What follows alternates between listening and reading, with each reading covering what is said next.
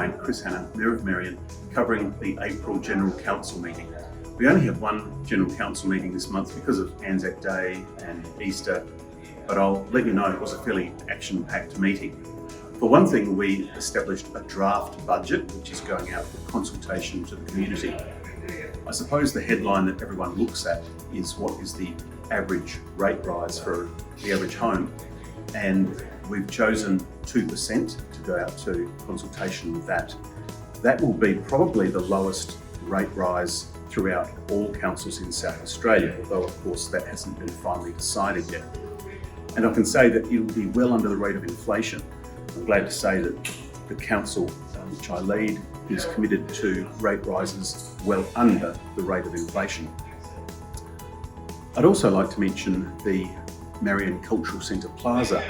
We've approved a very substantial budget, millions of dollars, to improve the area between the Marion Cultural Centre and the State Aquatic Centre.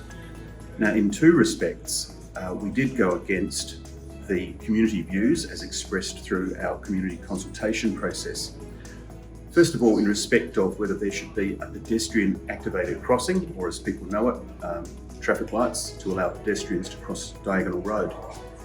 The main consideration for the majority of councillors was the traffic implications on Diagonal Road if we went ahead with yet another traffic light at that point. So we're putting it out there to go ahead without that extra traffic crossing. And secondly, although 60% of the community said that they wanted the area called Warrakawi Way retained as a two-way street, Council has decided to proceed on the basis that it be one way, so that it'll be one-way exit to Diagonal Road.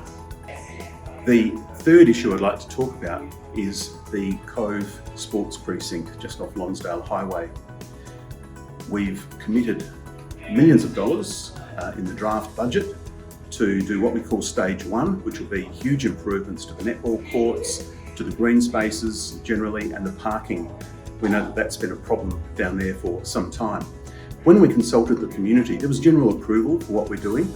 Some people asked questions about when we're going to improve the actual building, the sports club building down there. That'll probably need to be done as a later stage of the development.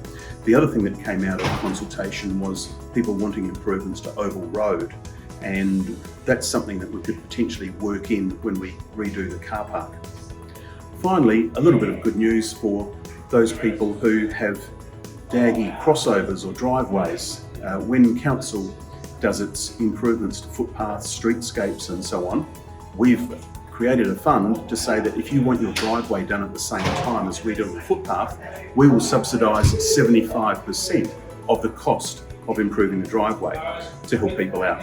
So that's all in the wrap up for the April General Council meeting. I'll be back with more later. Thank you.